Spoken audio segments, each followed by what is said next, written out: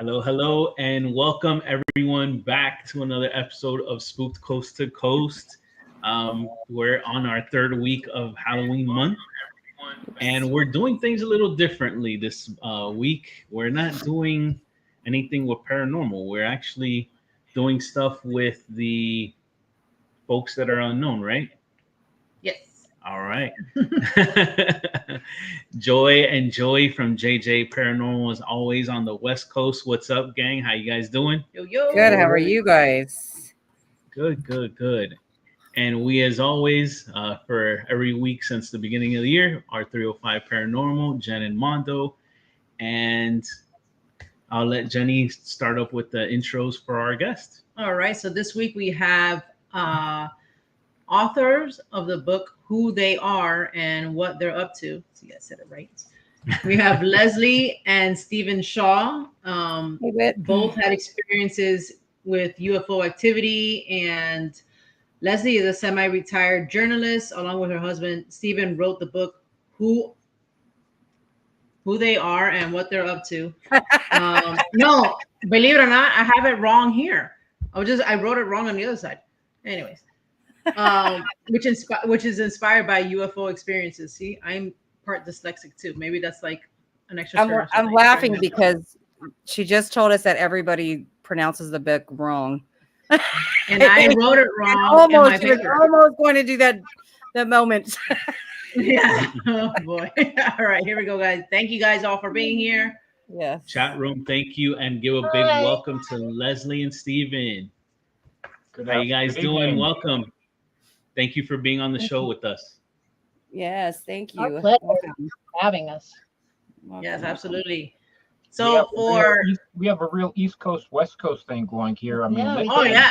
literally and figuratively, we got Dodgers and Yankees, or could it be the Mets and the Yankees? We don't know. Yeah. Subway Series Part 2 could be, yeah. Well, actually, Joey, we didn't introduce you backstage. This is Joey, by the way. This is Hi, he's Joey. from the East Coast. I'm actually from New York. Mets or Yankees? There you go. I'm a Yankee fan. Yeah. You must be very I pleased got then. two of them, yeah, that's for sure. Forget the Mets. No. The I Black don't think I know. Honestly, I don't think I know any Mets fans. I could be wrong. Don't kill me. Lee, don't kill us.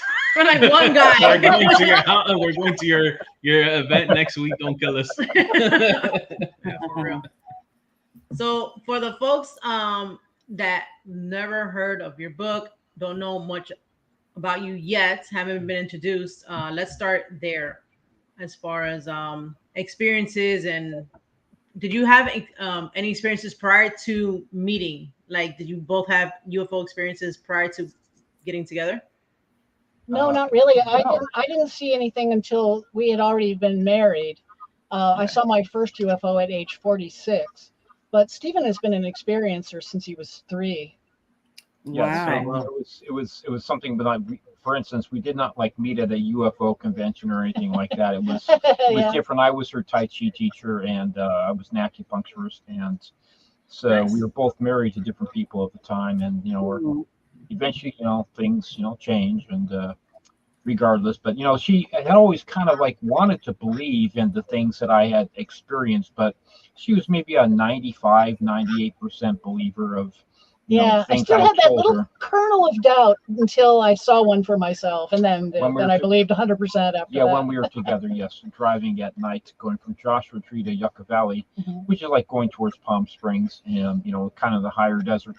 And you want to explain the light that you saw? All right, because it was sort of integral to the decision to write the book.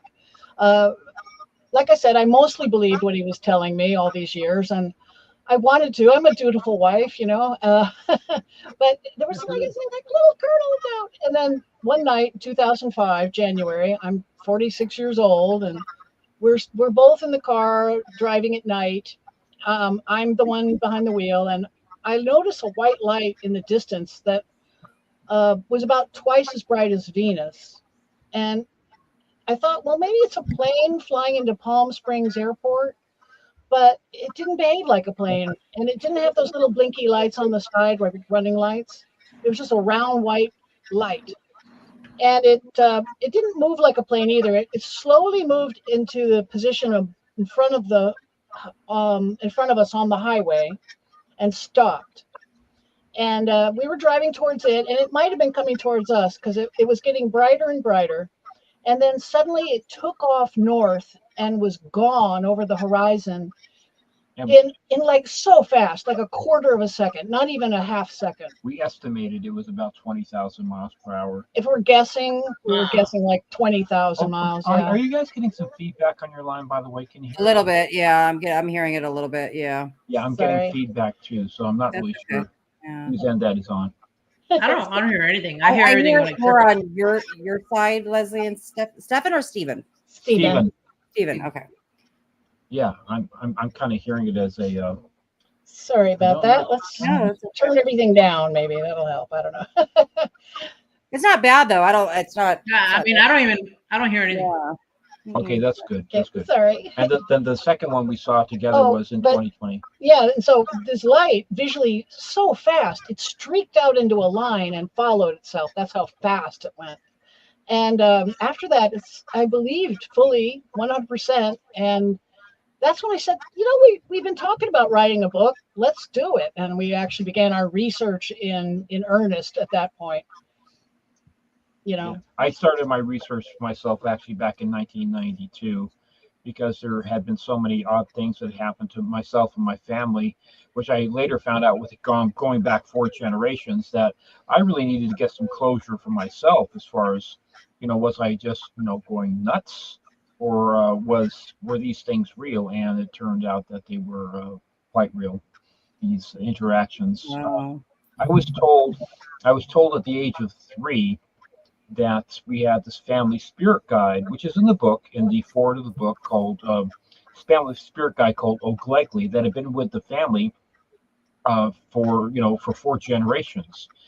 And so anyways, by the age of 3, I started getting visited by this invisible 2-legged being that would in the middle of the night that would sometimes playfully jump on my stomach and my chest, just invisible, not a cat, not a dog, and was kind of having fun with me. So I didn't think too much of it. By the way, my parents grew up in wartime England, so they grew up as children during some pretty bad times, and so my dad was a bobby as a cop in England, and he was in the RAF.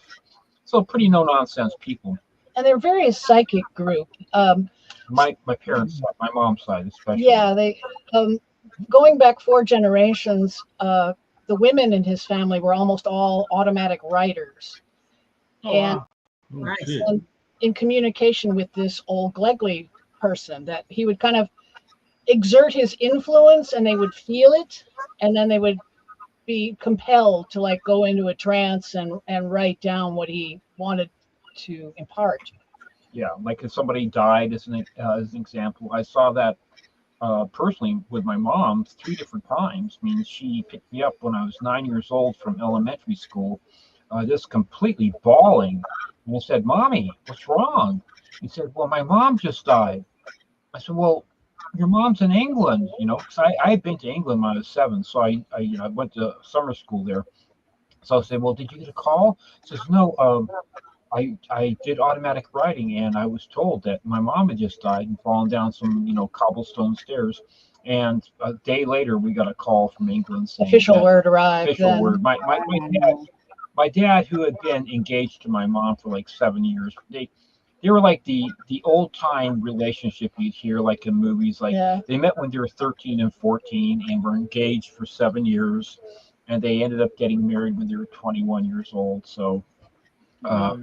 Anyways, my dad had heard about these stories about 𝗟𝗏𝗽𝗀 for a long time. So he didn't disbelieve my mom. Then we got notification. Same thing happened when her father died a few years later in 1977. And Uncle Clifford. And then Uncle Clifford in the 80s. So, and I'd also seen writings that my mom had done that was not in her handwriting, but in a different handwriting, but things that she should no way have known.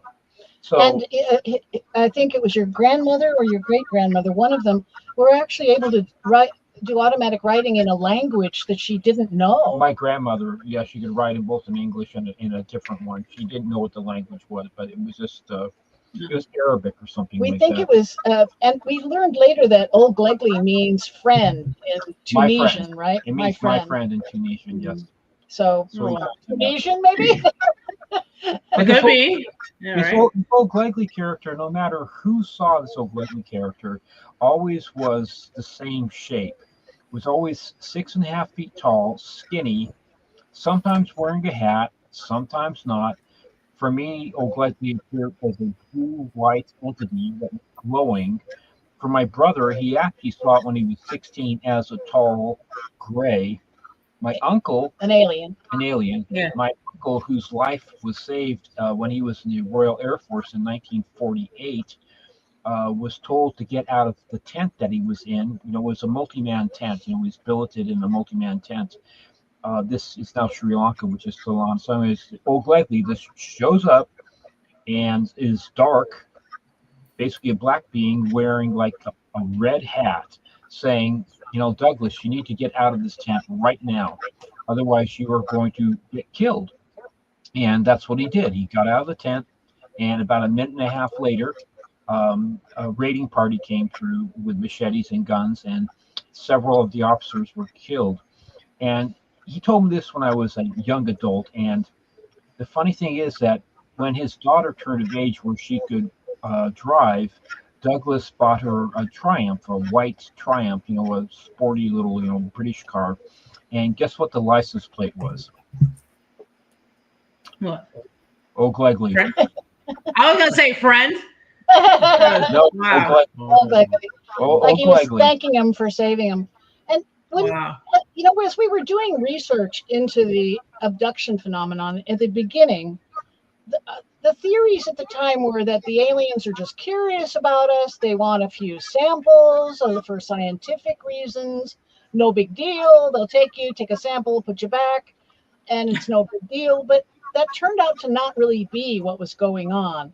Instead, what we found was that they would take the same person again and again and again and again through their lives, and then start taking their kids and then their grandkids, like it runs in families. Like they find a genetic strain that meets their criteria, whatever their crazy criteria might be, and then they follow that strain for generations. Yeah, it's not a crazy criteria at all. They're definitely very, very directed in what their motivation and what they're doing. In fact, this whole thing started with the Newmans, which I'm related to, started in Germany, and then the Newmans moved over to England, and Rose, which is my mom's last name, she married Shaw, which is my dad's name, and then the Shaws came over here to California, and the Griffiths was the last name of my uncle, whose life was saved in Ceylon. But all these different family names four had different bloodlines that we know yeah. of. 4 different bloodlines that have all been affected by this `𝗟𝗏𝗃 character. Okay, and you know, multiple different homes, you know, different parts of the world, but it's always the same theme, the same thing. Yeah. So when you had your first, sorry, go. No, go ahead. Leslie, when you said you seen your first UFO experience, how many years ago was that? It was in January of 2005. Wow. Okay. So not quite 20 years. So I usually say I researched for about 20 years. I saw mine in 1971. 19. Wow. Okay.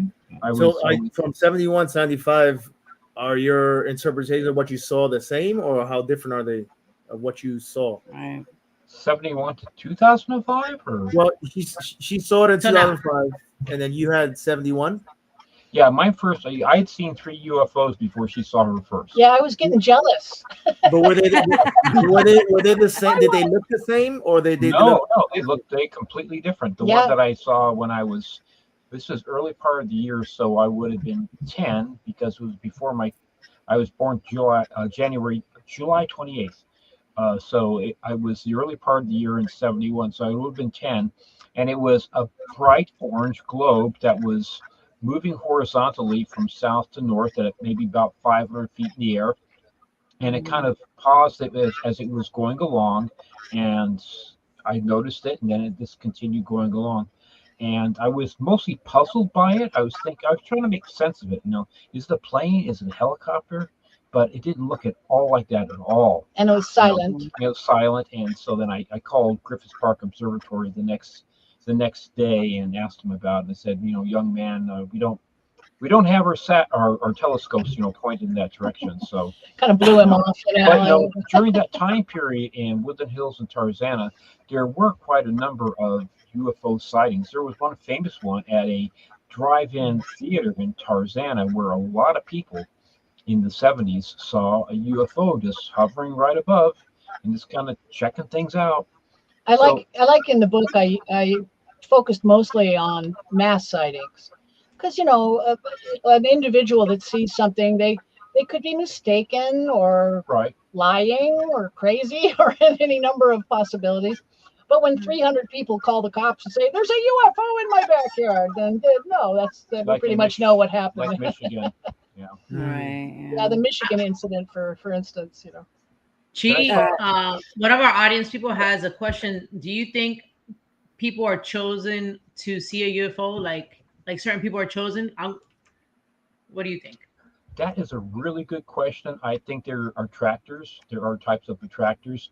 As an example, in Luis Elizondo's book, Imminent, that just came out, he's one of the government whistleblowers on the ATIP program. He released the videos, Go Fast Gimbal and Tic Tac. Yeah.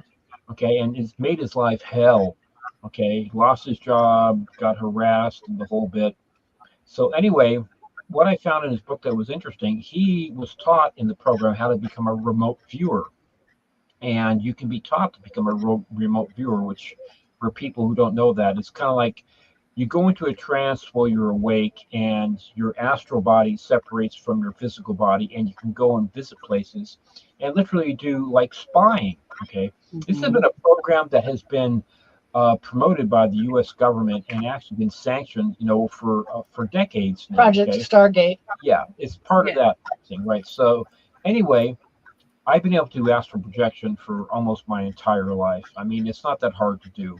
It's really interesting, but the fact of the matter is, when they started doing examinations of people's brains that have, they did MRIs, MRIs and PET scans of people that have ESP abilities, that astral project, that can do remote viewing. They found there's an area of the brain that's called the 𝗟𝗏𝗽𝗀𝗃 gyrus. Okay, it's a two-sided. It crosses the corpus callosum. It's a two-sided part of the brain. It's almost like an empty area, but it's enhanced and bigger in people that have that capability. It's like, and abductees have it too. So there's this long-term correlation we've known about where there's a psychic connection to the UFO phenomenon. There definitely is.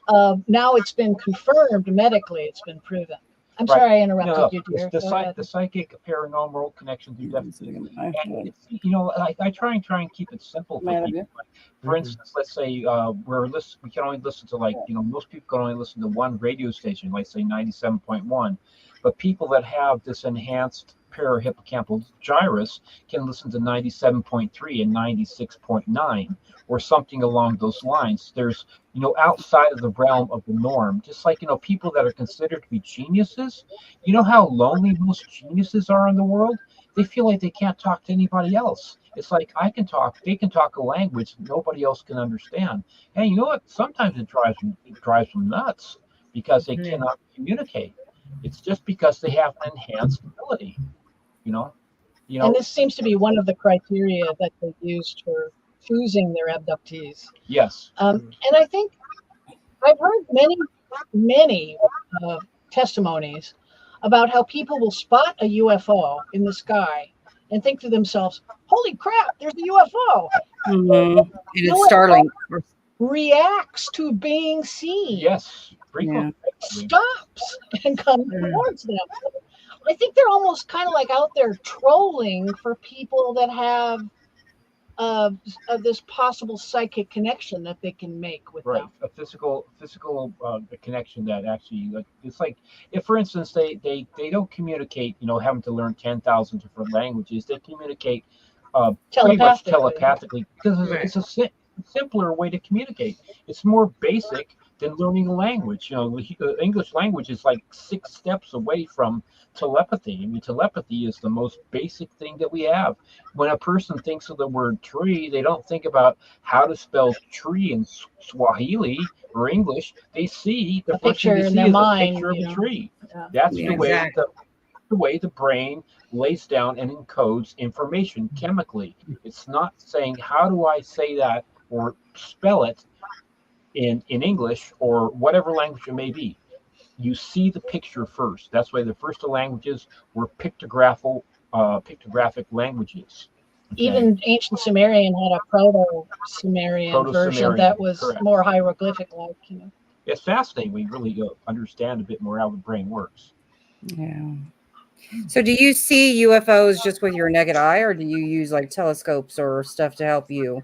Naked eye. Naked eye, yeah. Naked eye, okay. Yeah, I've never seen one. I thought I've seen, you know, the Starlink from, who's that guy's Tesla guy? Yeah. Oh yeah, Elon Musk. Yeah, that throws you off a little bit. A lot of people, believe me. Yeah. We had a lot of UFO reports on that. Yeah, but now that I know what it is, I know Yeah. what to look for. Yeah, But yeah. I've Me too. personally, Heck personally, is I've never experienced one. Yeah. Yeah, we never thought that was a UFO. Yeah. Yeah. UFOs See- are, I mean, a white light in the sky. That's the two I saw were white lights in the sky. That could be any number of things, but when they behave in a way that can only be a UFO, that we call them observables. If they exhibit some of these observables, then you've seen a UFO. Yeah, Elizondo talked about that. Yeah, like if they take off at 20,000 miles an hour without ramping up to that speed, just poof, that speed, you know. And you're silent. Then that's one way to know. And you're transmedium. right, they can go from ocean to air to space and reverse that, you know, easily, just in and out of these mediums, transmedium travel. And they keep themselves, moving without having to, like, you know, have No visible means of propulsion. No visible means of propulsion. They can stop, and they can make these angular turns, like V turns at full speed. If you see any of these behaviors, then you're officially one of us. So are they pretty far out, or are they like just kind of depends? Like, are they close enough to you make out it's a spaceship and not anything else? Oh, the two of the ones that I've seen. Well, the one that was off the coast of Malibu was maybe 2 miles out, where I saw it with a witness in 2005. The first one I saw, the orange globe, was maybe 500 feet in the air, maybe again about pretty big, maybe about 2 miles away. And traveling so slow, you know, our kind of aircraft have to maintain a certain speed to maintain lift. Right. The exception is helicopters. But in this case, this orange globe was almost able to stop and then keep going almost at a stop, and without making any sound. So it didn't have helicopter rotors above it that we couldn't. And the one that we saw here in 2020 in Desert Hot Springs really wasn't that far away, and it was actually pretty big. It was maybe about like at least a third the size of the moon. And again, it was soundless and was doing these angular motions. And our backyard is a very small backyard with a very small view of the sky. And it was, you know, Leslie has a different feeling on it, but you know, it was like saying, okay, Steve, we know where you're at, and we just happened to go out at the exact time, and it was just right there waiting for us. He feels like they were communicating to him, like, "Oh, well, there you are. You've moved." I still have to this day communications with these entities. Yeah, he does. I mean, I still do. Even at the age of 64, I still get stuff happening.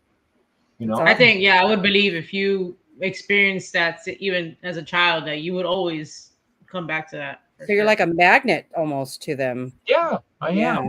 Yeah, in fact, maybe they know that you see them, and so that's why they keep coming back.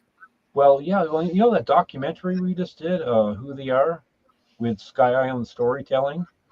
Remember? Did I tell you guys about that? We just did a documentary recently, and it's huge. It's on YouTube, and congratulations. We watched we watched it. It was Jay Horton Films, right? Yeah. Yes, it is. Yeah. It's already at 336 6,000 views, I think. Nice. They haven't released it on Amazon. They're doing it on Amazon. You're gonna be famous. Nice. Chat room, please add on to their views and make sure that you give a thumbs up, just like we did when we saw your video. We like to familiarize ourselves with our guests, so we definitely watch your film. And you know, and also he's not part of our show, but he might as well be, because he's one of our right hand man. I want to send a shout out to Dantex. Thank you, Dantex. He posted the link to your book. He's posting all the links and everything. So the folks in the chat room can find you, and if they want to purchase your book in Amazon, they can do so as well. Great, thanks. So one thing that I kind of ask people, but in a different in different ways. So I'm gonna ask it to you guys in the way how they normally ask us. So obviously you believe in the cousins, like you say in your documentary, but do you believe in pretty much our experiences with the paranormal? Do you believe in things like that, and cryptids and the other unknowns that are in the world, like just like ghosts and stuff like that? Well, certainly cryptids are part of our theory, because okay, we think that the Nordics are the cousins that went underground 13,000 years ago to escape the cataclysm that was the Younger Dryas comet that caused the extinction of the mammoth and the mastodon and the Clovis people, etc. Lots of animals died out. So these are our cousins living under the ground, and they are the ones that look human. The Nordics are the ones that look like Swedes, or Scandinavians. Right. And we think that they utilize genetic manipulation to create worker races. We think all of these other alien types are, and the cryptids are creations of theirs as workers or laborers. And for instance, we think they created Bigfoot and we don't know if they were like, well, maybe let's make them for strength, right? I mean, if you want something strong, Bigfoot is your man, But also we think they use them as sentries to guard the entrances to their underground bases and their underground cities. Yes, that makes sense. It's interesting that that 𝗟𝗓𝗪𝗘 died out 300,000 years ago. When was about the same time as we think the Anunnaki were uplifting Homo erectus into Homo sapien. We think they may have been uplifting 𝗟𝗓𝗪𝗘 into Bigfoot. And it could be Gigantopithecus. There's another candidate. It's Australopithecus robustus. Yeah. That's another possible Bigfoot progenitor. And I think that they use genetic manipulation like we would use any tool. It's like we're using Jenga or building blocks. It's where it's like, you give the human race like even a couple thousand years of an advantage. This like what we're doing already with CRISPR technology is incredible, and AI is just like scary and incredible. If people are wondering why we came up with this Bigfoot scenario as far as being sentries, the evidence of Lake Ṟ is what really made me think this. And also Shasta is, we think the Lemurian civilization took refuge inside Mount Shasta to survive the cataclysm. And Mount Shasta is Bigfoot Central, Bigfoot Boulevard, there's all the businesses around that are the Bigfoot hairdressing, Bigfoot bookstore, Bigfoot restaurant. The Indians, the Amador Indians, and the other ones in the area. The Klamath Indians. Yeah, they call them the men of the mountain. They teach the legends going back where they say, this is the area that we don't go to because this is their realm. Their area. This is their area. So they're the Native American Indians have a totally different viewpoint. And they stay off the mountain. Anything above the tree line, they just leave to the Star Brothers or Star Friends or the Ant People. The Hopis. The Hopis called the Ant People. Yeah. But the Lake Ṟ was fascinating to me. They found this lake 4 14,000 foot elevation, so above the tree line. Near Mount Kailash, right? It's in just on the other border of India. It's in India, just across the border from Mount Kailash. Mount Kailash is another one of these underground cities. You know, Shangri-La, the whole myth about Shangri-La and stuff, the stories about Mount Kailash. So Mount Kailash is also UFO central. Lots of UFO activity around there, and 𝗟𝗏𝗀𝗃 is on its slopes. And they found in this lake, I forget how many, but a lot of skeletons. It was over 1,000. Over 1,000. And they thought, well, maybe there was a battle here. And the losers got just chucked in the lake when they were done. But they're starting to DNA test these skeletons, and that is not what has happened. These span over 1,000 years, these skeletons, and they're all different races. Some are Celtic. And a lot of them have their heads bashed in. Like it looks like some behemoth with a club and just bashed their skulls in. So we think that some scouting parties got too close to Mount Kailash and the Yeti bash them in the head and throw them in the lake. Wow. Yeah, the thing is, it's hard to explain over a 1,000-year period why there would be such a diverse group of different people from all different parts of the world. Different races. Staying 14,000 foot above the tree line lake with your heads bashed in. Yeah. You know, how do you explain that? Yeah. You know, it's pretty tough. And the Bigfoot is known to be fairly docile. It's not usually a vicious or creature, with the exception of when you're in its territory, when it's protecting its land or areas. Right. Like any animal, wild animal like bears. You know, like the fishing community up in Alaska in the 1920s. Yeah, what was it? Port something. Port something. Yeah, it was this great bay, whatever. And then all of a sudden they start getting, hunters started getting basically disemboweled and torn apart. Yeah, they're by these arms torn off and stuff, by these entities, and that scared the crap out of them. The whole industry just shut down, and they just left. This is all documentable too. Yeah, it's like I can't remember the name of the community, but this is one of the few times we've heard of Bigfoots being aggressive, and we think it's because they were protecting their territory, their own. Right. And this area was really rich in salmon, and it was a fishery that they set up. It was a haven. And so we think that the Bigfoots were using this as their food source, and then suddenly these people came in and cut off their food source. And, what is that show? That ranch. What is that ranch that's really big on UFO? Skinwalker Ranch. Skinwalker. Yeah. So do you think they said that animals were found like cows, like mutilated, like just.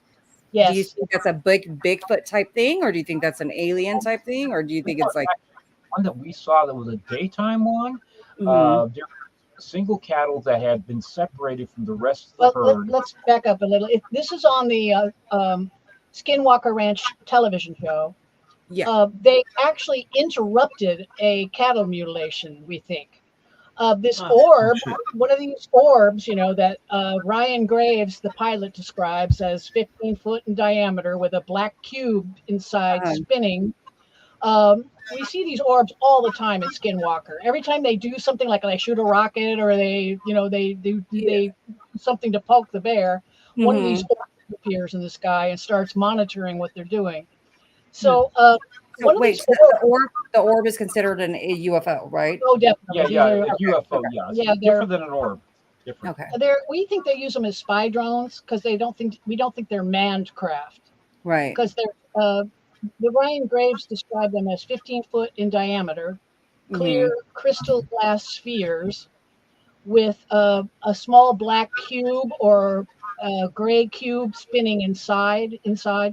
And when they hover, that's when this thing spins. And that's what gives them that flickering look.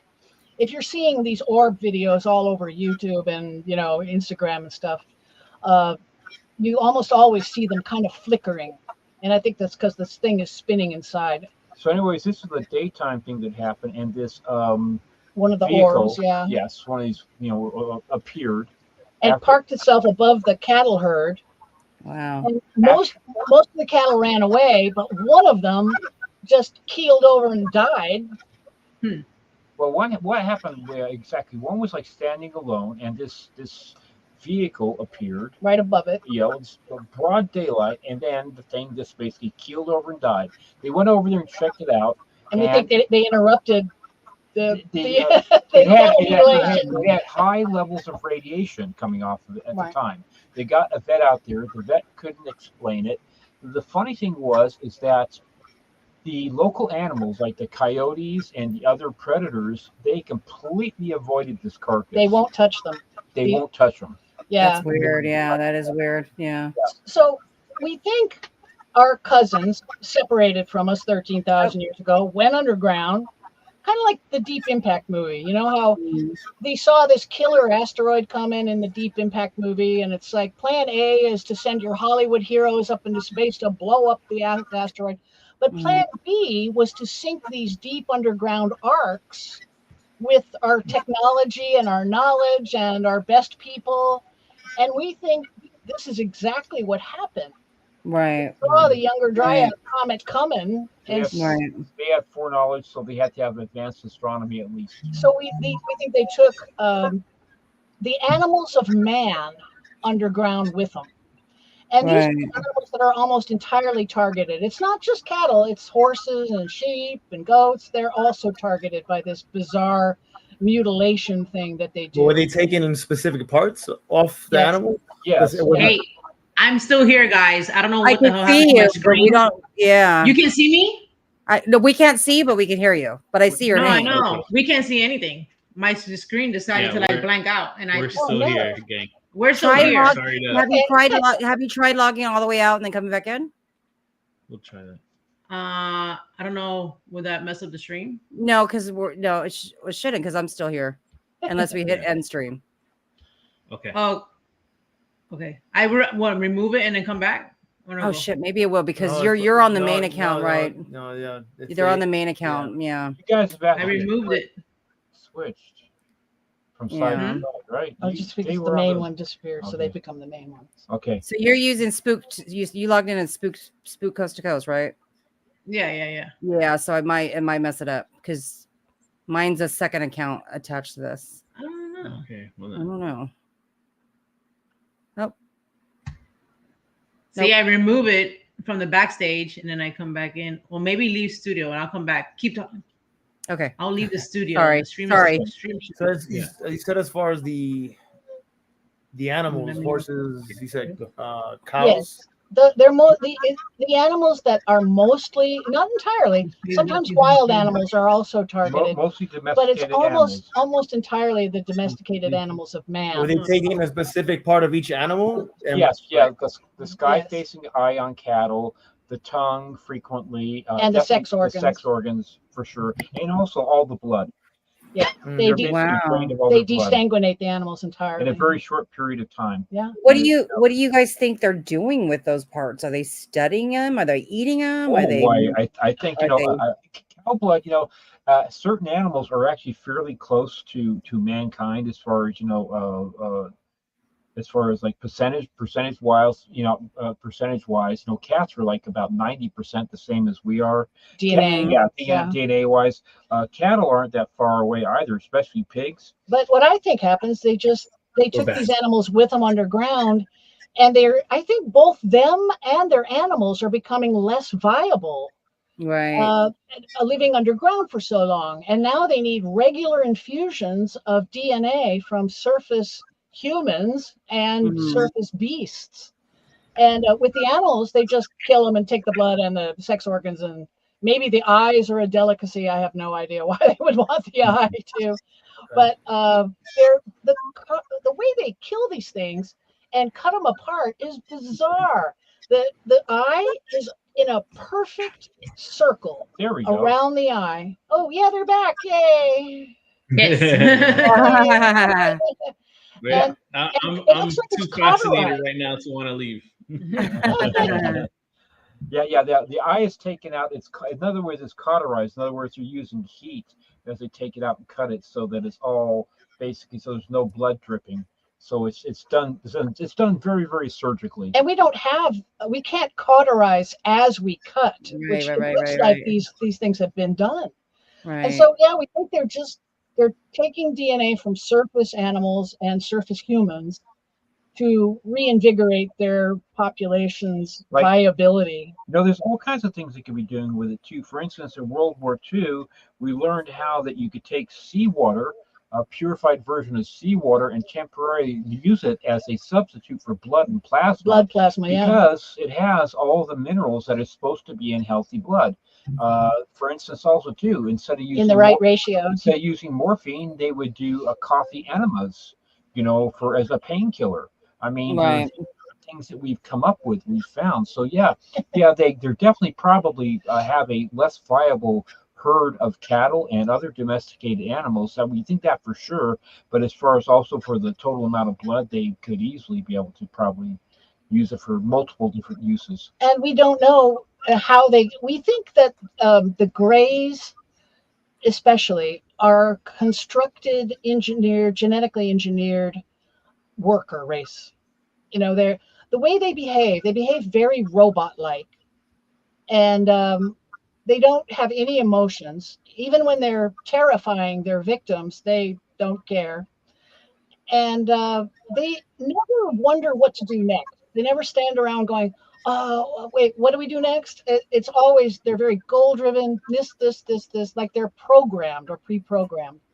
And so perhaps they're using some of the genetic material they're stealing from the surface to help build these creatures too. We really don't have all the answers on that, but our main theory is we think they've become non-viable living underground and are using us to reinvigorate their race. Yeah, they need us. They're opportunists. Yeah, and so that's why, people say, well, how come they don't just wipe us out and take over? And it says, we think they need us. That's right. Yeah. That's crazy. So they need that, and they need our land, actually, because if they live underground, they're not going to wipe us out. Right. Yeah. Nope. That And has I to don't go think they kind want of to come back to in the line. surface. Oh, pardon.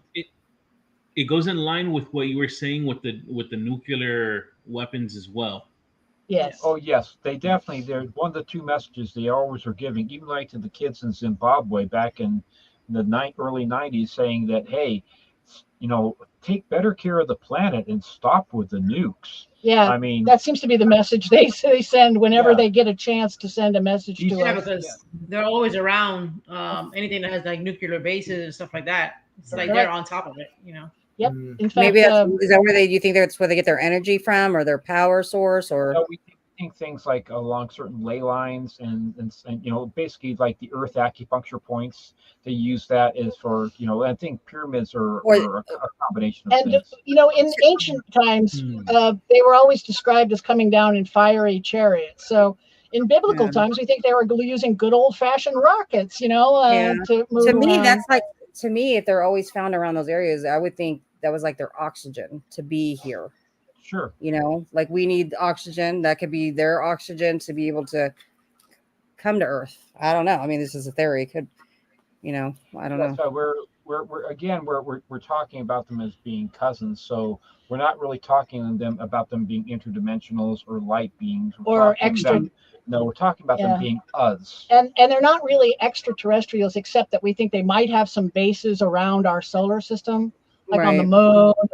Well, those guys coming here, I guess, could be counted as extraterrestrials, but we call them intraterrestrials. And in our theory, they're the same as, they're just us. Yeah. More advanced. And we do have some kernels of evidence on this. Have you guys ever read the book, The Hair of the Alien? No. Fascinating story. A guy in Australia awakens in the middle of the night to two hybrid alien women that paralyze him and have sex with him. And then in the morning, he wakes up and finds two of their hairs in his bed. And he looks at these hairs. These hairs, he gets them analyzed. And they are mutated human hair. They're perfectly clear, like fishing line. And there is no known type of human hair that is clear like that. But genetically tests out as human. So to us, this is proof positive that we're dealing with, first of all, humans, but mutated humans that have been underground too long. You left out the what it was Gaelic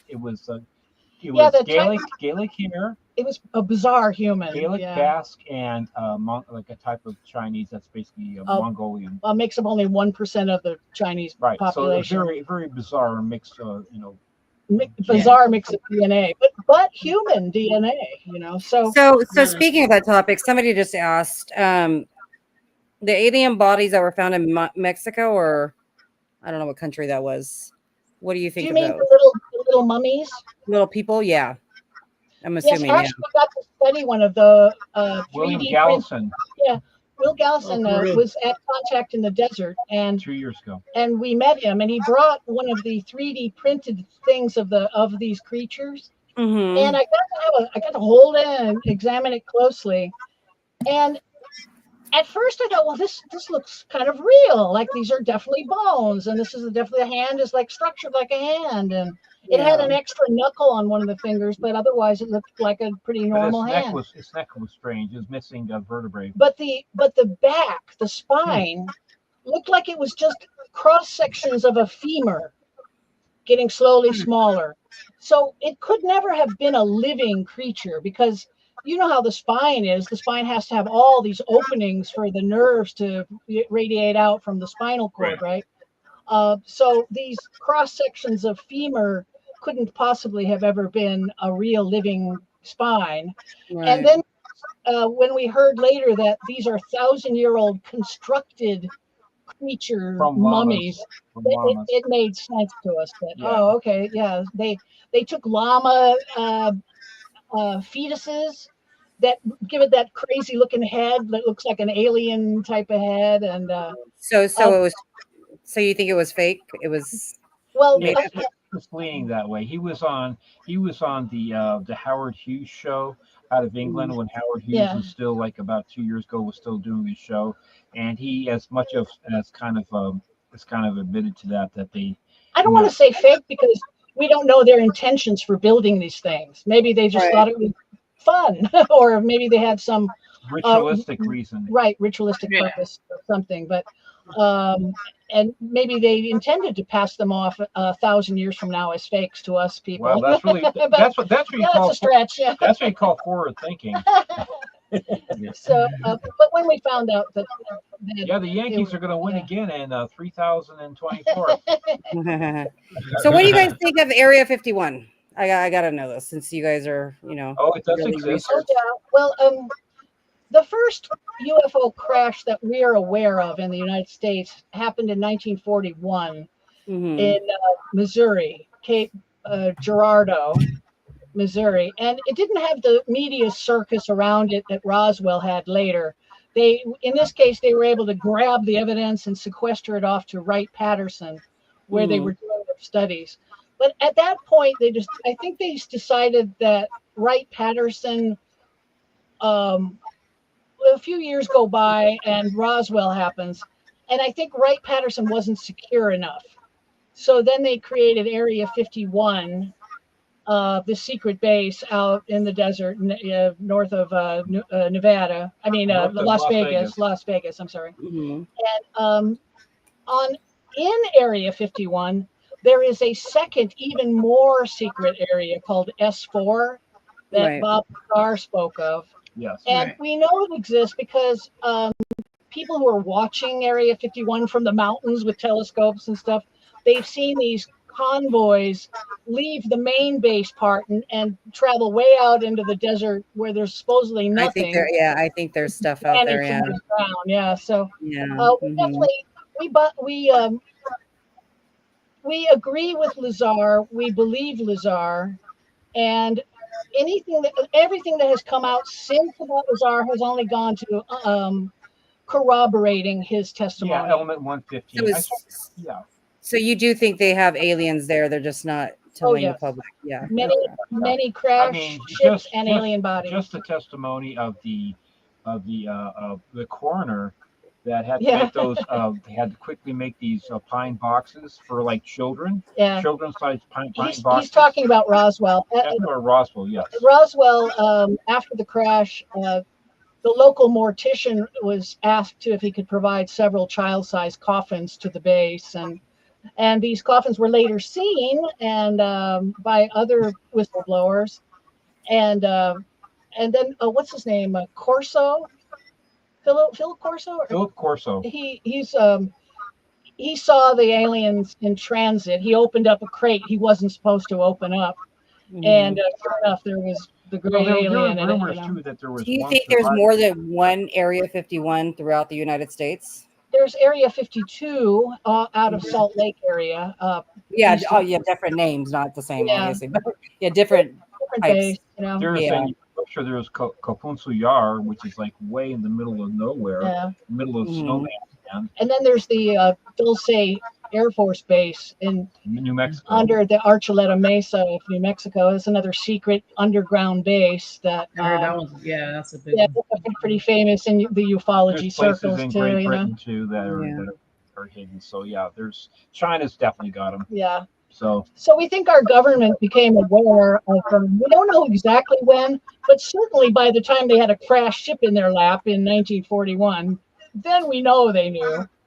And so the Admiral Byrd stories too talk about where he actually met with the under the ice sheet people, the Ariani, and did battle with them. And then decided, well, they just kicked my ass. I'd better try and negotiate with them. Let's let them ask some more questions. Well, it's running time. So yeah, Miguel, do you see the comment on the screen? Do you think that a high-powered laser really works to contact aliens? I say this because in January we will travel to Peru and go to Cuzco. I think, quite frankly, if you take any type of laser, like a focus laser, and you shine it at a UFO, I think that you would get their attention no matter what. I don't actually recommend people try and contact them. We don't recommend the experience, right? It's terrifying and painful and traumatizing, and we think sometimes they take people and don't put them back, and they're keeping them. So what are they doing with these poor souls? We have no idea. And especially in Alaska, there's 2 underground bases in Alaska that we know of. Mount Hayes and the Black Pyramid location. And there are 16,000 missing people in Alaska. And sure roughly, enough, yes. More over the last 30 years, it's a grand total of 16,000 missing. And of course, some of them are dead in a crevasse or grizzly bear. Yeah, or eaten by a grizzly or something. Frostbite and just died in an avalanche or something like that. But most of them are just poof gone. But the vast majority, they don't even know where they are. Yeah, so I don't recommend reaching out and trying to, Yeah. According to Omar Gosh, you guys have one in Florida. Under the water. That was a good costume. I think it was a costume, but wow, what a good costume. Enough to scare the crap out of a bunch of people. I have a couple of questions for Stephen. Since you said your family going back to like half an hour ago, with automatic writing, have you ever tried that yourself by any chance? Oh yeah, in fact, I have tried it. I tried it when I was 15 and 16, and I was able to do it, but I certainly didn't like it. I just felt like this presence come over me, and I'm a left-hander, but I was automatic writing with my right hand, and I just didn't like it. Just like I used to play around with my sister with the Ouija board, and we got really good with it within a short period of time. I mean, we wouldn't even have to touch the planchette. We could just have our fingers just over the planchette, and it would move by itself. It was that freaky. Okay, so for me, channeling or automatic writing, I do it for my music. I get a feeling like I need to play something, and I just come up with a piece of music, and I just play it just like that. Yeah, that was one of the things that I found very unusual about him when I met him and married him. He would be in the other room, and all this music would just be filling the air, this brilliant music. And he'd come into the room later and I'd say, wow, that was wonderful. Which composer was that? And he'd say, oh, I was just kind of channeling music. Yeah. Holy crap! Some of my music is on our Facebook page, by the way. Yeah, we put it. Our Facebook and Instagram handles are the same. It's at leslie.shaw.author. And on Facebook, we didn't have a limitation on how short the thing was, and so we put you my can hear the piano, full some of my pieces there. piano, some of my accordion music. The Yeah. accordion music is gypsy style music, but it's you know, you have the what do you call it, the rights as far as like the Oh yes, some of the music he plays is not right protected anymore. It's, you know, older than 1929. So those we were able to just post without having to pay royalties. You know, the piano piece is called Bitter Tears, and that's an original that piece, I wrote just from going into this, being told to play this. You know, so I just played it. All right. Another question. So, how about sleep paralysis? Have people asked you about sleep paralysis? Do you think it's related to yes, like alien activity and stuff like that? What's your thoughts on that?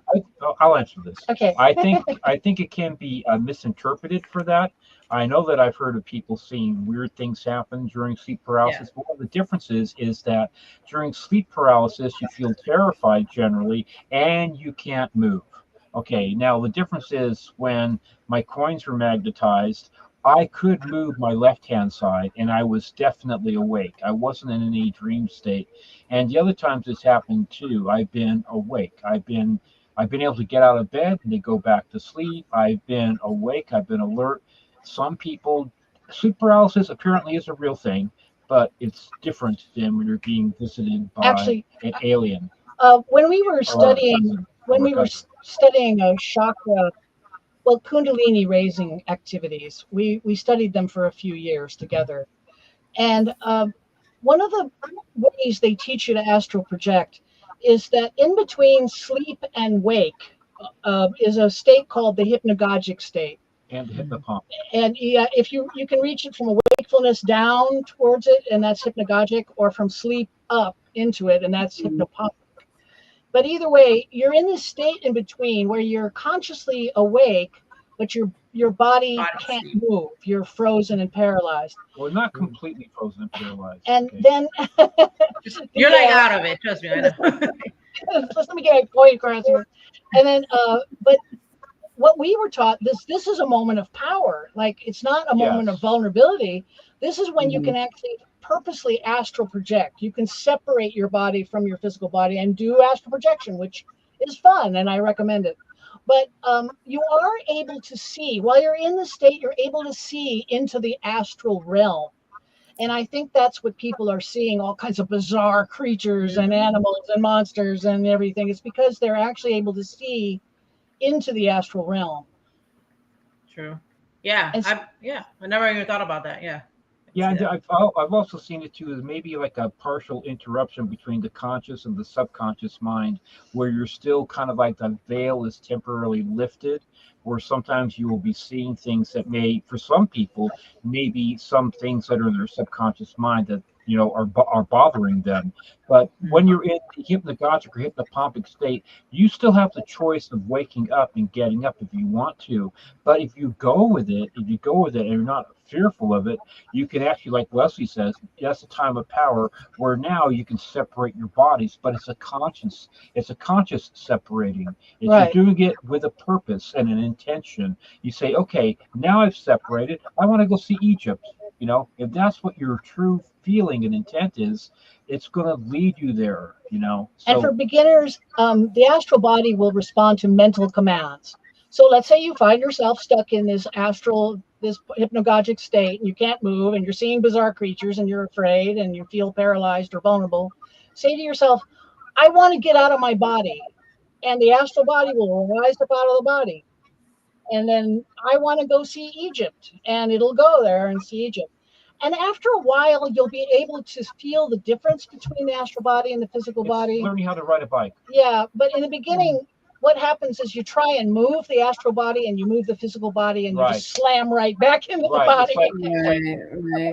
Think about, like, you know, going up and moving your arms. Next thing you know, you're either back in your body or you can't. It's like, no, you have to use mental commands, and it's your emotional body commanded by your mental body. You have to have the intelligence with the emotion to direct you where you're going to go, and it's actually hard to stay out.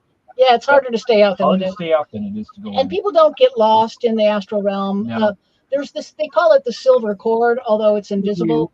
But as long as your body is alive, it's good, a good watchdog. And if it hears something it doesn't like, it'll pull this cord and jerk you right back into your body, you know. Yeah. I've never experienced that sleep or not a astral project. What is it? Astral projecting? Astral projection, yeah. But I did experience sleep paralysis, and that was the most scariest damn thing that's ever happened to me. I couldn't talk. I couldn't wake up. I couldn't move. I couldn't cry for help. I felt like I couldn't breathe. It was really scary. I had that happen to me about 6 months ago, where I woke up and then I felt myself. I was going back to sleep and I felt myself. Have you seen the movie Get Out? Yeah. Yeah. Get out. Yeah. You know where the guy goes into the sunken right place? to Joey because Yeah. I believe it or not, it was like I was going into the sunken place, and I literally felt like I had to like pull myself out. I said, "I'm going too deep. I'm going too deep. I'm going too deep," and I felt like I'm not coming back. And that's different. At that point, totally different than astral projection. At that point, if it happens to you again, I had to fight. Joy, try the mental command. Is I want to rise up out of my body, and you'll feel that astral body separate. At the time, I didn't know what it was. I thought something was like happening. Like I thought my body was shutting down, or I'm dying, or something. And I went to a neurologist, and they're like, "Oh, it's just caffeine," and I'm like, "Caffeine?" So they gave me. It was. Yeah, like, they don't say that on the bag, do they? Might cause be careful, astral projection. Right. And then I started reading more about it, and people would say the same experience as I go. So I was like, oh, maybe that's exactly what happened to me. So that was scary. Thankfully, it only happened once, but it was scary. It was really scary. So you don't think there's no set time? Oh, sorry. No, you're good. Go ahead. If there's no set time that if you're out your body too long, or no, that doesn't happen. It jerks you back if you may not find your way back. Oh, okay. I would like to go. I would like to go to other places if I can. But I don't know how to do it. Yeah, I've always wanted to scuba dive, but I had ear problems as a kid, and I can't do the regulation thing, and also I'm afraid of sharks and drowning. So I did it, but then as soon as I got astral, I said, "Take me to the ocean." I just go straight to the boat. I'm looking all the crabs and things walking around. And you can go to the Titanic, That'd be interesting. Blowing up. If you really had a strong desire to go there, you could. You could. Wow, yeah. Egypt. I saw the pyramids and the morning sun behind them, and it's a fun thing to do. But once you open these doors, sometimes these psychic doors, they're a little hard to close later if you don't want them open. So, so is it like you're in real time when you're astral projecting? You can go to other times too. Okay. Is it like a dream, kind of like you feel like how sometimes you feel like the dream is so real? A little bit. Is that astral projecting? The one about it in the astral realm is it? The light is always twilight. Always twilight. It's the same type of light. Just like in the dream state mostly, right? Yeah. Right. I just had one a couple of months ago where I've had this recurring thing that happens where I feel this humming in my body, and then I hear this humming, and then I will see, I'm usually in somebody's backyard or my backyard or at the beach, and I will see a plane go over, again at twilight. And then I'll see it becomes more and more like a UFO and more like a UFO. The next time it comes over, it's a UFO. And sometimes it will land and I'll have a conversation or have a confrontation with the being that gets out. And the last time it happened, it was so real. After it happened, I was in the backyard, and Leslie was there, and Tamara was there, my mom and my sister, and two of them were in the front yard, and I was in the backyard, and this being got out, tall, skinny being, was really ticked off at me and said, "I'm going to hit you with like a million such and such," and then left. And I got together with everybody at the table, and we were all sitting around talking and saying, "This just happened, right? You saw this too happening, right?" And we just like we're having a conversation right now, like Leslie and I. This we're talking and having a conversation. I wrote the whole dream, the interaction down after it happened, And I thought, I'm asking people, this isn't a dream, right? You saw this happen too. But it's like, for me, it's like the reality is like, it's so intense. But I've had this interaction with this spaceship, whatever it is, maybe a dozen times in my life. Yeah. And it always starts the same way, with a hum that I feel in my body, and then I hear the hum, and then I look up, and it's always twilight, and it's this spaceship that goes over. And abductees frequently have these recurring dreams, you know. So it's just like, still being bothered by it today. Yeah. I'll tell you a really quick one, real funny one here. About a week ago, I'd gotten up to go to the bathroom about 6 o'clock in the morning, still dark, and I was about to go back to sleep. I was laying down, and from behind me on the wall was this sound. The Green Acres theme. Yeah. Da da da da da da da. Oh my God. The aliens know Green Acres? I've almost always had like the 1, 2, 3, 1, 2, 3 that wakes me up. Yeah. But this time it was bum bum bum bum bum bum bum. TV set was not on. I wasn't thinking about Green Acres. It's like, but why would you decide to, like, wake me up with da da da da da da da? Still happening today. That's weird. I get that sometimes. I get like, I'll wake up and I'm like, it's like a song, like, or something like that, blasting in my head. I'm like, what the hell is that about? Like, and it'll be something random like that, like something Green Acres. I haven't seen that shit since like the 80s. Yeah. Like literally, because I used to watch that show. I used to watch Nick at Night. I'm like one of those kids that used to watch that instead of like cartoons. Yeah. So I'm like, why am I even thinking about that? Yeah, I know a thing. I'm a musician for most of my life. I know about like waking up thinking about a song, but to have it like on the wall behind you, which I've had maybe this happens 300 times hundreds in my of life. times in his life. Maybe 300 times. He gets these sleep disturbances, which I attribute to the alien handler. It's like they're on the. They do have this psychic connection to their abductees. Yeah, there is that. And it seems like as soon as they go to sleep and they're almost in sleep, on the other side of the veil, these beings are there waiting for them. It really has to do with your brainwave cycles. Right now we're in 30, 40 brainwave cycles per second because we're on a computer screen. But when you're doing things like Tai Chi or moving meditation, you get down to an alpha state, which is 11 to 14.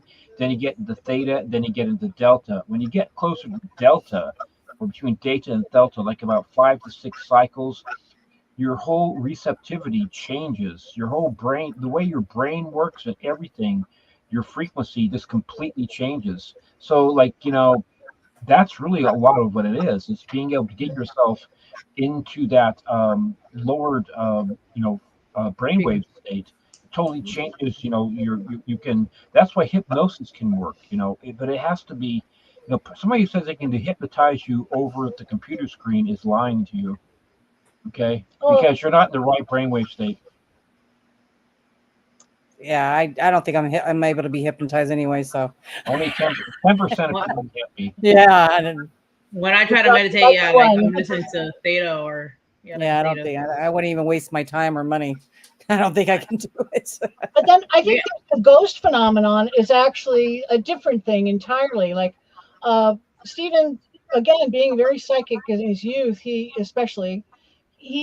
has a ghost story too, and when we discovered the only woman that he saw this woman ghost walk by a door, and we looked into the history of the house that he was at, and sure enough, there was only one woman who had lived in the house for any appreciable amount of time, and we found a photo of her she wrote a book a long time ago, and she had her photo on the inside cover of her book. And it's sure enough, it's the woman he saw. 1976 on Avalon, on Catalina. It was the Christ house at the time. And so these are really departed humans, departed spirits too. That's I don't think that's a part of the alien phenomenon, though. I think that's its own phenomenon. That's a different phenomenon. It's on it's on one of our reels. Yeah, and on Facebook, right? No, on Instagram. If you go down through our tiles, you'll see the Holly Hill house. It's an old Queen Anne mansion. Yeah. And it's a nice little video we made with the the booklet, and we found a picture of the lady and put her in there too, you know. And so it was is the second most famous house on Catalina. Next to the Wrigley House. That's our Instagram at @leslie.shaw.author. Can you see the question on the screen now that Jesse was been trying to ask? Oh yeah, I was just reading that too about the 13th, about the the full disclosure about Project Constellation. Are they going to stall? I think that honestly, if I were a betting man, I said they're going to stall.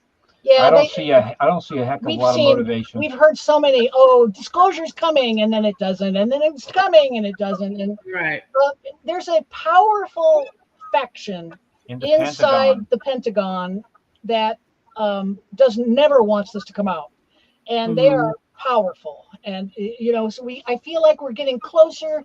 The congressional hearings happened. It's like it's gonna happen. Leslie, now you've said that, we're going to the Men in Black are going to be here tomorrow night. So thanks. Do you think there's that's a good question, because I think somebody else had asked me that before. Do you think there's a perfect time or time of year, or maybe even actual hour to see spacecraft? Or it seems to happen mostly in the winter to the family. And we noticed between 1 and 3 o'clock at night, and always the dead of night. Yeah, that seems to be the time, and at least in acupuncture and Tai Chi, acupuncture especially, that between 1 and 3 o'clock in the morning is the high tide for the liver, and the liver is your mental function in Chinese medicine. It's like the time of creativity, the time of receptivity, the witching hour, all these types of things that are associated with it. So you're going to see things mostly around about that time, and it seems to be mostly in the winter, at least from my experience. Our experience so far, it seems like the family, every time I go, well, okay, when did that happen? And when did that happen? I'm kind of like the family chronicler these days, writing down all these experiences. Yeah. And it's like winter. And middle of the night. Middle of the night. Yeah. How about what do you think about RH, people who have RH negative blood? Do you think they have anything to do with? Are you guys RH? Oh yeah, we were talking about that. What we've, the abduction data, when we go, Professor Jacobs did 10,000 regressions in his long career. So that's a lovely big pool of data that we've been able to look at. And he's discovered that although RH negative people are only 1 out of 9 have this in their blood. Actually have lacking in their blood. Or lacking. It's but 4 out of 10 abductees are RH negative. So there's an expanded version of that. And remember we said the hair of the alien shows that they're Basque and Gaelic and Chinese. One of the things with the Basque is they seem to take more Basques than they do other people. And Basques have the highest incident of RH negative in their blood. The highest percentage for sure. And so we don't know if they're taking more Basques because they're after RH negative blood, or if they're after RH, the other way around. Are they taking more RH negative people, therefore taking more Basques? And also to the higher percentage of green-eyed people too. Yeah, which is a recessive. At 4 out of 10 abductees have green eyes. Something like that. 9 out of 10 are Caucasian. Yeah, 9 out of 10 are Caucasian. And that's when we started realizing, Caucasian, what the hell do aliens need with Caucasian specifically blood, right? We're only 16% of the world's population. Why not everybody? Why not all humans if you're interested in humans? And then it starts to come out that the Nordic aliens are the ones that we're dealing with. Right. And, aliens from another star system would have no use for Caucasian blood, but a branch of the human Caucasian race that's been underground too long might have all kinds of uses for that. And there are numerous stories that go back in the histories of the Mexican population in Central America, South America, Europe, talking about the tall, blonde, white Caucasian men that came out of either doors or portals, up out of caverns, or this kind of stuff, and helped them in this kind of stuff. I mean, it just keeps on repeating the same story over and over and over again. Yeah, these stories about going deep into caverns and meeting up with Caucasian Nordic aliens. Or they're coming out of portals or coming out of doorways, and saying, we're here to help. Yes. Yeah. And then they do target they in Alaska, the 𝗟𝗏𝗃𝗀𝗃 up in Alaska, they seem to be particularly targeted as well. And they're a very small branch of the population. So I'm really not sure what's up with that. They live remotely, a lot of them, though. But they definitely, we see the tendencies in the data, but we can't always pin it exactly why it's like that. We just know that that is happening. That is what is happening. Always watch what they do, not what they say. Yeah, that's how we've gleaned our big data. Our entire theory comes from watching what they do And our own experiences too. Yeah. So do aliens look like this, in your opinion? That's Or definitely like one of the small grays back there. Grays, I would think. Yeah. Grays. Yeah. So they're different colors, right? Grays, green. I've never heard about the greens. I mean, we well, saw the little green men little thing, green right? man was the thing they used to make fun of. But Little green Martian. No, there haven't been any green ones, So they're not the little tiny green ones running around? No. They're all gray, the grays. But I think what happens if you're a pale gray color, depending on the light you stand in, you're gonna look blue or right. Yeah, the fluorescent light. They're all actors using stage lights, and filters. It's like the same eyes and stuff. Like what people. This is what you would say they look like, right? Pretty close. Well, that's certainly a gray. That's certainly one of the them, small grays. Yes. Let's go aliens. Let's go. Yeah, that's them. All right. Yeah. Wow. I do have one last question before we start. Wait, I have another question too. Oh, so No, go ahead. Ask yours. Okay, so I do have 2 more questions before we start wrapping up, and it's been one that Jenny and I have kind of went down the rabbit hole. What are your opinions on the pyramids? Because we've been led to believe that back in ancient times, they kind of build the blocks and they build the pyramids, but there was no form of communication, and there's different parts of the world that the pyramids are built the same. And we're not talking about, like from one state to one state or a country to country. I'm talking about in different continents, the pyramids are built the same. Yeah, and it seems like maybe it's for some sort of communication or something.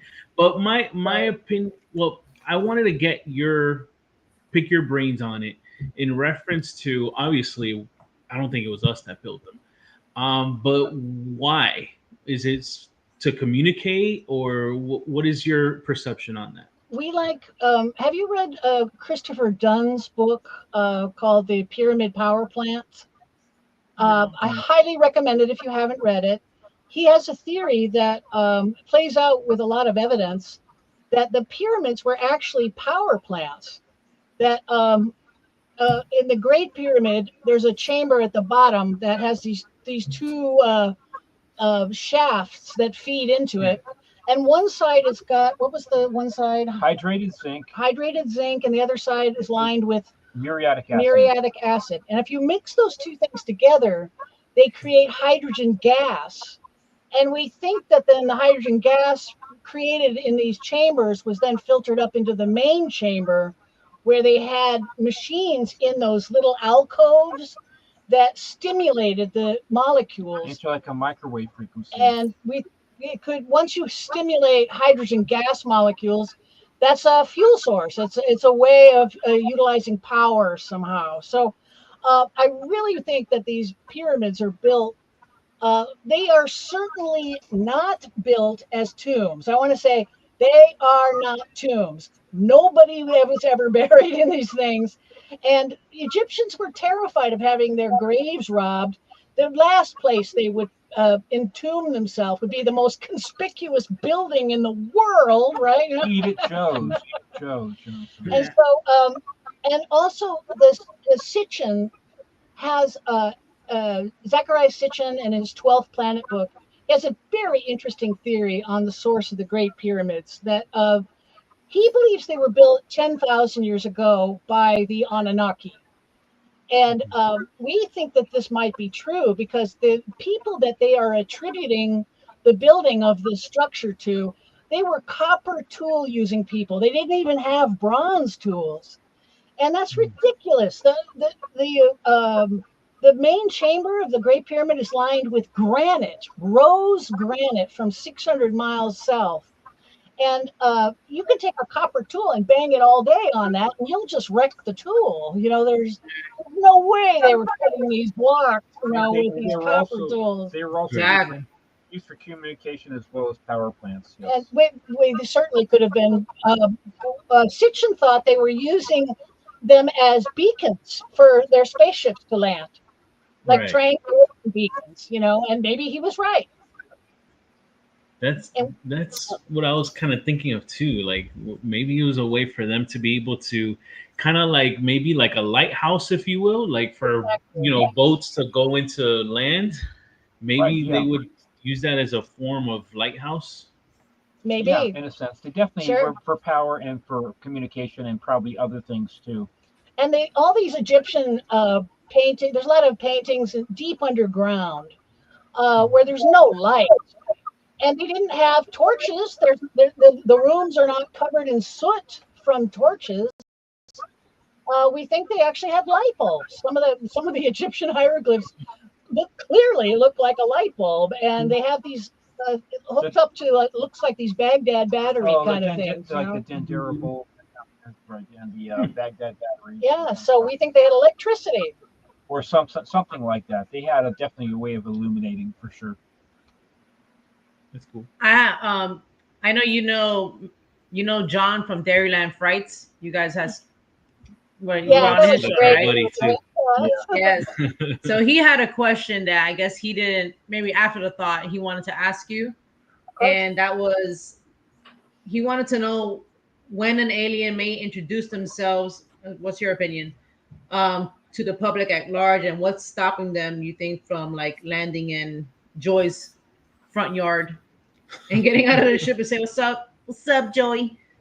You know, and if let me see, some scientists believe aliens are very, and he was also asking about hybrids. Like, if people, do you think they're walking hybrids right now already? It seems to be. We've heard rumors and heard people talk from like the Russian and Chinese upper intelligence, and even from Canada and even from the U.S. Some people have been caught on hot mics, you know. Yeah, I say they surprised how many are walking amongst us. In fact, I think I met one myself at Follow Your Heart restaurant back in the 90s.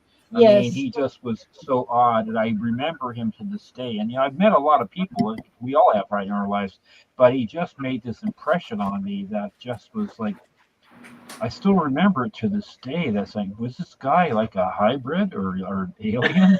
You know? And so, we can't speak to why they don't do things, but we can speak to what they are doing. Yeah. And what they are doing is creating a hybrid alien race, hybrid/human alien race. So what's the purpose of that except infiltration? Mm-hmm. Right? Infiltration with the possible or reintegration, or possible eventual goal of reintegration. So we think that that's their solution to us. They think of us as barbarians, remember? So it seems like they're trying to infiltrate us to slowly change us.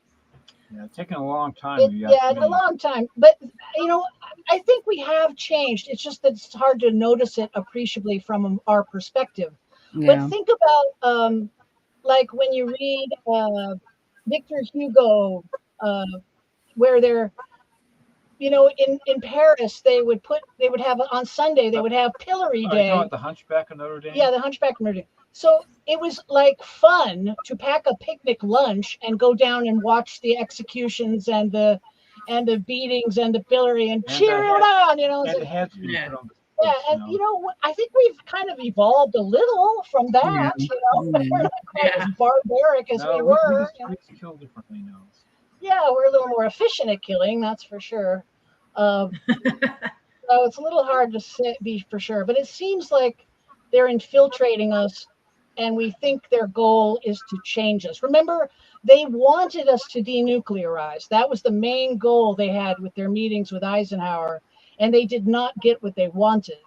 So that's what they want, and I think they're fighting for it by infiltrating us slowly and trying to change us from within, so to speak. Yeah. Yeah. Yeah, just gotta again watch what they do, not what they say. Yeah. True. I wish they would That land on also my lawn. helps you, I would put up the sign. Yeah, Come see down. that's the whole thing with deep fakes and AI. And unless you had people there, and like 5 years from now, we may have like robots like in our houses. We don't really know how fast this AI stuff is going to take off. So it's like, if anything, it's getting harder for them to actually come down and say, I am, from the inner earth, or I am the Anunnaki, or I am the Ariani. It's like, yeah. It's ironic that our technology is advanced to the point where we get to see a lot more UFOs online because people have their cameras in their hip pocket now. Everyone has a video camera now in their pocket. But we're becoming where we can't trust the information. Because CGI is so good now. Yeah, it's very hard now. And people that's true. That's true. People like play tricks too. So we need that software. There's some sort of software where you can tell if a video has been manipulated or not. And I need to find out what it is and buy it, because I'd really like to watch some of these videos. That's like the paranormal stuff too. So yeah. That's true. We get it. Yeah. That's true. Yeah. What do you think about them being able to breathe? How are they breathing on both here and up where they out of space? Yeah. Out of space. Underground? In the underground bases. We think they just have open ventilator shafts and are pulling air from our good old atmosphere. How to breathe, he said, right? Oh, breathe. How they breathe. Like for us is oxygen. For them, it's they're humans, so they breathe just like we do. Oh, they do. People have asked what temperature they like. They're humans. They like human temperatures. I mean, but if we were to go to outer space, we couldn't breathe without. Well, they can't either. They have to have ships. Oh, same thing. Yeah, same thing with them. Okay. Yeah, they're not light beings yet. They're just think of them as us, but 13,000 years technologically advanced ahead of us. Yeah. That's oh wow. Okay. Yeah. Oh, okay. That's pretty much it. They're basically us, but more advanced than we are. And that's why they're. They find us abhorrent as far as isn't there a movie like that? Do you think they think we're aliens? No, they think of us as like barbarians. as projects. Stupid. They're bougie. We're like Isn't there a movie like that? They're embarrassing cousins. Yeah. Oh yeah, there's even like that series called Fallen that talks about like what would happen like if there was like a nuclear thing, that happened, and they had the haves and the have-nots. The haves that had money went underground, and the ones that left on the surface either mutated or survived. And you see, that's not kind of what we see. We're not seeing that. We're not seeing the same thing, but it is kind of interesting idea that, more people are picking up on this idea that, yeah, like we're seeing like even the super billionaires, they're building underground fortresses. Bunkers. Yeah. And say, what do they know that we don't know? But I tell you one thing, I've been a former cave explorer when I was in my 20s, that you don't feel earthquakes underground. Yeah. And it's a temperature controlled environment. There's geothermal down there. There's water. You can easily get air down there. They're comfy, cozy, and you can grow safe. stuff underground. It's like they don't have to worry about lightning or hurricanes or tsunamis or. It's really like, why are they going underground now? Gee, what is it they know that we don't know? I just watched a video on YouTube. Somebody did in Europe somewhere. They had like an underground city for when we were supposed to. I don't know if it was like 𝗟𝗓𝗃𝗀 in Turkey on the Anatolian plateau. I don't know. It was some YouTuber. I mean, he's not that cool like who you said it was probably. But he's more of an explorer, an urban explorer. And they were these underground bunkers, and they were like, if there was a bomb, a nuclear bomb, the whole city would go to these underground bunkers. Oh, right. Yeah. Sure. This is a good question. Do you think because there's a lot of earthquakes, especially on you guys' side in California, do you think they maybe sometimes cause some of these earthquakes? No, I don't see the motivation for that. I think that's a natural phenomenon. Yeah. No. Okay. I think maybe they could help. Maybe they could help to stop some, maybe possibly, but I don't think they're causing them. No. And they're certainly not shooting lasers from space causing the forest fires in California. Yeah, no. Okay, so that's not happening either. No. And there was a base discovered under the. This is something that, if you watch some of the Antarctic programming about the UFO stuff this down is there, interesting. Yeah. Somebody found they found the ice is melting enough and exposed this bizarre structure, big black structure. And this guy walked inside of it. The doors automatically opened for him and let him in and closed behind him. And this is in Antarctica, and there's all these weird green hieroglyphics all over the walls, but it was a comfortable 71 degrees. Oh, also too, nice human temperature. Tell them quickly about Anita. Oh yes, more little kernels of data that we have. The Anita antenna was something that they launched over Antarctica, and they were trying to read cosmic rays from above, coming from galaxies and everything, or star systems. But instead, they were reading cosmic rays coming from under the ice sheet, from under Antarctica, and that's like everyone's like, what? Neutrinos. What the hell is that? Neutrinos and things such as that. There was like so it's indicating that there is an enormous power source emitting neutrinos and underneath the ice sheet of Antarctica. Yeah, that's crazy. Interesting. Oh, that's wow. crazy. Well, do you think they'll have something to do with the end of the world? No. I think they're trying to prevent us from destroying the world. Right, yeah. And that's another thing that makes us think that they're here with us and they are us. Is like, if you're an alien from a distant star system, who cares if we blow ourselves up, right? But no, they're committing enormous resources following our nuclear weapons all over the planet, everywhere they go. So, I mean, this is them caring a lot. This is them caring so much that they have skin in the game. You know what I mean? It's their actions. That's what we think. Okay. Because if we blow up. No, I was waiting to see if anybody else is going to talk. Yeah, oh no.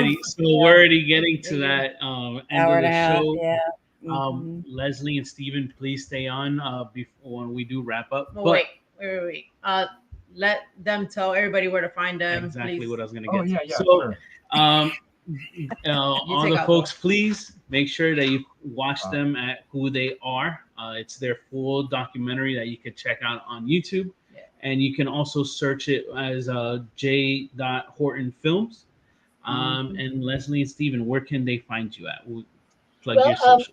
Our book is available on Amazon. It's Who They Are and What They're Up to. And the documentary, as you say, just go to YouTube and type in Who They Are into the search, and it'll be right there. And then our Instagram handle is at 𝗟𝗏𝗃𝗀𝗃.author, and that's Instagram and Facebook. And you'll find all of our personal experiences written into series of posts on our Instagram. If you want to know more about our experiences, they're all there. And some of my music too. And Stephen's music is on mostly on the Facebook. And yes, we have a website at whotheyarebook.com, and we're going to be speaking. I don't know how many of your listeners are out in the Southern Cal area, but we have a lecture we're going to do about the UFO and phenomenon at the 29 Palms Book Festival at 3:30 on November 8th in 29 Palms. Awesome. Very good. Yeah. Thank you so much for having us. This has been great. Thank you for So I don't know too much about the UFO thing, but it's nice to learn more about it. So you guys have been very informative, should I say? Thank you. Thank you. So thank you for being here. We really appreciate it. Yeah. Support our guests by showing them love, going to their video, giving them a thumbs up and a like.